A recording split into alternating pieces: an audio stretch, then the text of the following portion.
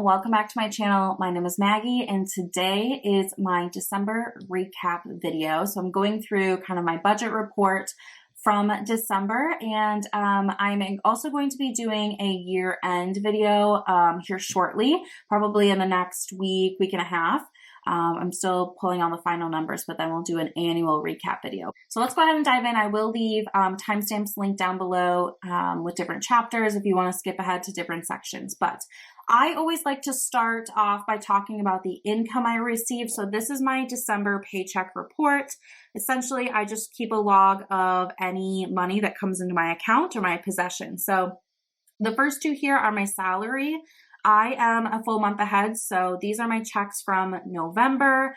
The checks I get in December go towards January, so these are pretty much on par. The only difference here, normally my first check is slightly lower. I do get a cell phone reimbursement from my company, but in October, they missed it, so I got 2 in November, so this is slightly higher than normal, but over the year, it all evens out.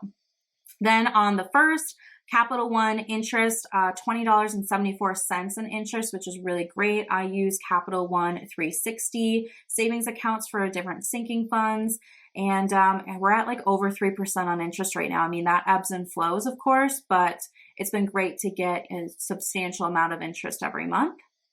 Then on the 10th, $17.30 from Discover Cash Back. I do use credit cards responsibly. I have no, consumer debt, just my mortgage. So I do use this Discover card because it does cash back, and it's 1% on everything, but then 5% per quarter. There's a category. So for December, it was like online retailers, including Amazon. So any gifts I got through Amazon, I used my Discover card to get some cash back. Okay, on the 30th and the end of the month, my Betterment dividends, $30.29, which is great, and then I reinvested them. My boyfriend and I split some household costs because we live together. So at the end of the month, I split up, our groceries, the Netflix subscription stuff, and then he usually does an online shop. So if he wants something, I will order it, and then he just adds it onto this check. So this month it was $543. And then my Capital One cashback, so this is 1.5% cashback on everything. It does not do the special 5%, but it is more than the Discover 1%. So I pretty much just use the Discover card for that 5% category, and then every other purchase comes through Capital One. So $24.72. So in total, my total income for December, $5,105.92. 12.45% of that was considered passive, which is a great number to be at. So let's look at the budget versus actual here. I do a budgeting video every month on my channel, so let's just go through the actuals here quickly. Anything with the check mark means that it was exactly what I budgeted, mostly my bills, because I already know what they're going to be. And I'm realizing now I didn't highlight kind of my highs and lows, so let's do that together. Groceries, I was under budget, which is great. I'm going to highlight in that in green, $379.56 instead of $500. Part of this is we ate out a little bit more. We also traveled for Christmas, so there's some factors there, but that's great to see. Gas, I was a little bit over. My boyfriend contributed $10 just to help with some of the travel for the holidays. So a little bit over the 75 I budgeted, but that's okay. And then spending, I did give myself a little bit extra spending money for December, being it was the holidays and my birthday. And I was over slightly, but not that bad. So I'm actually pretty proud of that one, $629.81. 38 of this, anything in parentheses, is from my boyfriend. So he had me order something for him off of Amazon. It was $38. So actually, I was under budget. He's the one that made me go over, but that's okay. Okay, moving down into sinking funds. Pretty much all of these are over the balance that I budgeted because they earned interest. So nothing too much to say here. We are going to do a sinking fund update in a minute. Yeah, really nothing huge to mention. So moving down then to investing. I really was able to put a lot of extra money towards my Roth IRA, which I'm very pleased with. And my HSA account, I also was able to add this last $33.28. So I have an HSA account that I contribute to through my paychecks every month, but I wanted to max it out for the year, and I was going to be short just $33.28. So I just added that in so I would hit the maximum for that account, which is great. So all in all, I do like to do these percentage calculations. So my expenses, 53.58%, that is phenomenal for me. Usually I'm around 60 to 65. So that is very good. I'm very pleased with that. 26.3% of my money went to my sinking funds and savings, and then 20% went to investing. So that's really, really great to see as well. Let's move into the sinking fund update. I do have a few notes for you here. All right, so here we have all of the funds that I list out, and then I just put in an arrow and color coordinated if it's up or down compared to last month. Now keep in mind, sinking funds are meant to be spent. That's what we're doing. We save every month to spend it. So a lot of these are down, but that's okay. So annual is actually up. I did have to renew my TSA pre-check. It had been 5 years, but I have an Amex, Delta Amex card. And if I charged it to that card, Delta reimbursed it. So that's what I did. So I charged it, but I actually got that $70 back, which was awesome. And then Photor, I don't even know how to say that. It's like photo, but with an R. This is the editing app I use for my thumbnails and stuff. It's $30 a year. So it's cheaper than Canva, and I can do pretty much everything I need to. So I did renew that. Miko's my cat. I had a Chewy order come through with his food, and then also I got him a tunnel for Christmas, and he freaking loves it. Vacation, we went down to the city for Christmas and all of that. Beauty, I did make a Sephora order with some kind of fun products and things I want to try, so that was good to get, and now I'm kind of feeling excited about those things. Gifts is down. You know, I pretty much wiped this out for Christmas, which is the last big gift giving event of my year at least. Car, I did get a car wash, and I had to buy some more windshield wiper fluid, but still at a good level here. I had my car completely serviced in September with all new tires and all that, so everything's good. I'm just kind of slowly building this car fund back up. Opportunity, this is like my giving fund. So we did a lot of giving in December. I'm actually very proud of that. So we donated to the local food pantry. We also, my boyfriend and I, give out Christmas cards to a lot of the bartenders and servers in the area because we're out and about quite a bit and want to give back. So we gave out 14 cards, and there was $60 in each of them. So I put 20 in all of them, and my boyfriend put 40 in all of them. He makes a lot more money than I do, so that's what felt fair. Don't get on me about that. But anyway, we gave those out, and then we also ordered 9 coats off of Amazon. They weren't super fancy, but you know, good coats. I vouch for it. I have the same coat, and we donated those to the local women and children shelter. So we did a lot of giving. These ones were monetarily. The coats were a little bit different, but I'm really proud of that. All right, then health. I had to buy some vitamins. I do have a surgery coming up in February, and my surgeon has recommended some vitamins and supplements to take before and after to kind of help promote healing and all of that good stuff. And look, if he says it helps, I'm going to try it. So I bought those. And then home, I did buy some more jewelry cleaner. It's like this liquid, this blue liquid that's in a jar, and it works really well to get like lotion and crap off of your rings or your earrings. So we bought another one of those, and we also had to buy 2 more headlamps. I don't know what happens, but we just go through headlamps. We have them all over the place, but then at the same time, you can never find them. So I just bought 2 more.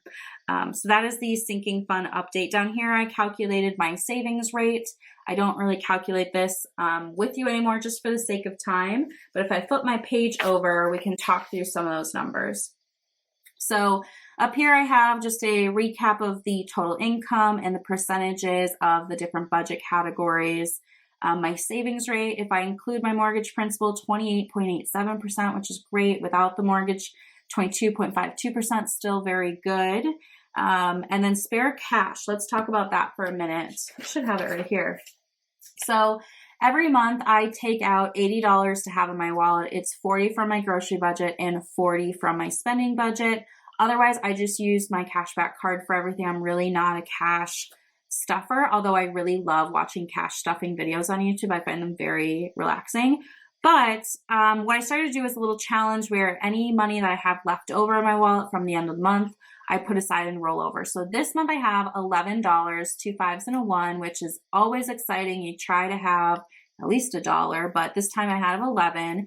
And in previous videos, I've been kind of stuffing that in this video, but I'm actually going to be starting a couple of savings challenges. So I'm going to save this and we will put this to the side and put it away for the year in another video. So stay tuned for that. If you like savings challenges, I'm going to start a couple. So anyway, I did have spare cash though, $11, which is great. Net worth change up 6.65%, which is great. And then my mortgage balance, I just like to kind of keep track of that so I have a record over time. Before we get into reflections and goals, let's do some savings trackers. So the first one I have here is called Margaret's Money. This is my retirement savings goal. So my goal this year was to save 15% of my gross salary for retirement. This month, between my 401k, my HSA, and my Roth IRA, I put $1,607.37 into my retirement accounts, which I feel really, really proud of. So that brings me to a total of $11,741.79 into my retirement accounts this year, which is phenomenal. And I just missed that 15% mark by $183, but I'm still very proud of that progress. So I'm going to color in this tracker here so I can see that. And we will start this again next year. It's just helpful for me to keep an eye on how much I'm putting into retirement and making sure that I'm saving for my future self. So, okay. Speaking of the Roth IRA, we have my Roth IRA tracker. So this is for the 2022 tax year. I won't be finishing it this year, but I will finish it in the beginning of 23. So on the back, I keep track of how much I put in, contributed, and what my new total is. So that is fabulous. Over $900 this month. I was not expecting to put that much, but I made it happen. So that was really great. So I've already marked kind of where I need to color to. So I'm going to color this in and I'll probably just speed this up quickly and we'll move on to the last tracker.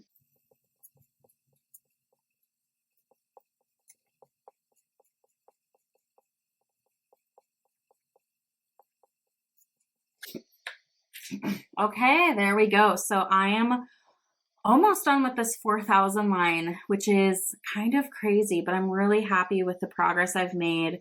And I like doing, each month a different color so I can kind of see which months were, shorter or longer. So anyway, this is really great. I'm very happy with this. This tracker will be rolling over into the new year as we finish this out before tax day of 2023. All right, the last tracker I have is for my mortgage. You guys probably already know this, but I track my extra payments. So I make one extra mortgage payment a year, and I do that by adding money onto my monthly amount. So I took one monthly payment, divided it by 12, figured out that number for me. It's $62.69. And I add it onto what I pay monthly. So at the end of the year, I make one extra payment.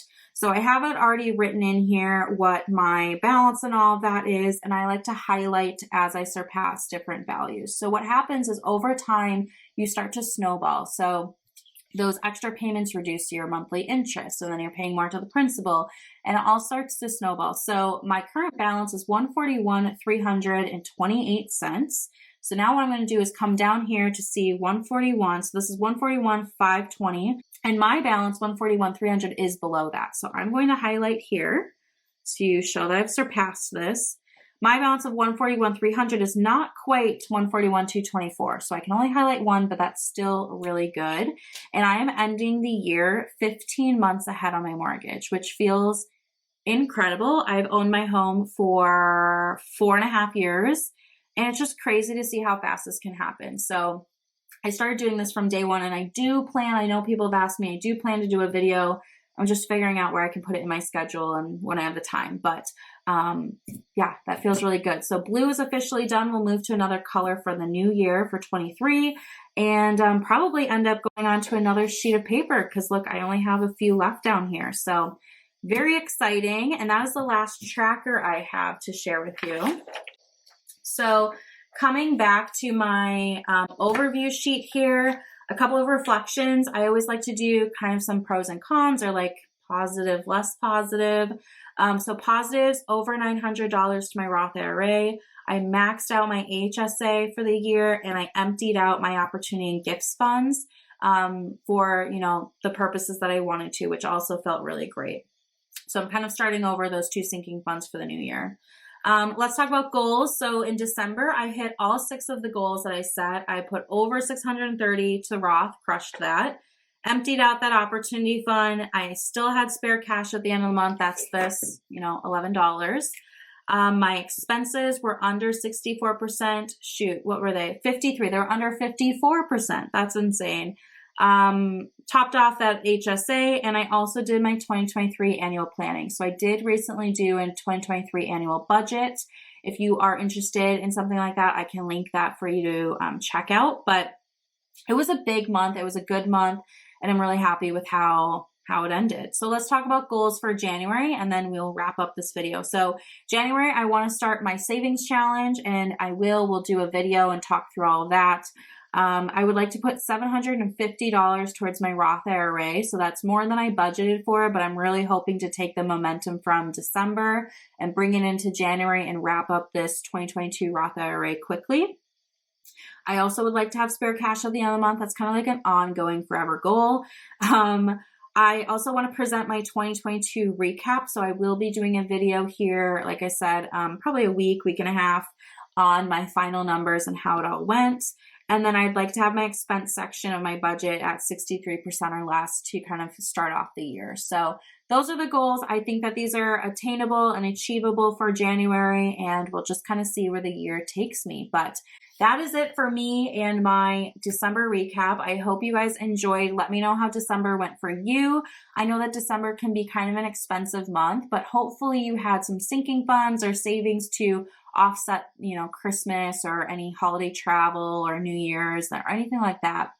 I definitely really value having like my gift sinking fund going all year so that I can buy the gifts I want and, be done with it and not really worry about the money, when I want to enjoy and spend time with friends and all of that. So I hope December went well for you. I hope January goes even better for you. And I will see you very soon with another financial video. Thanks for watching and take care.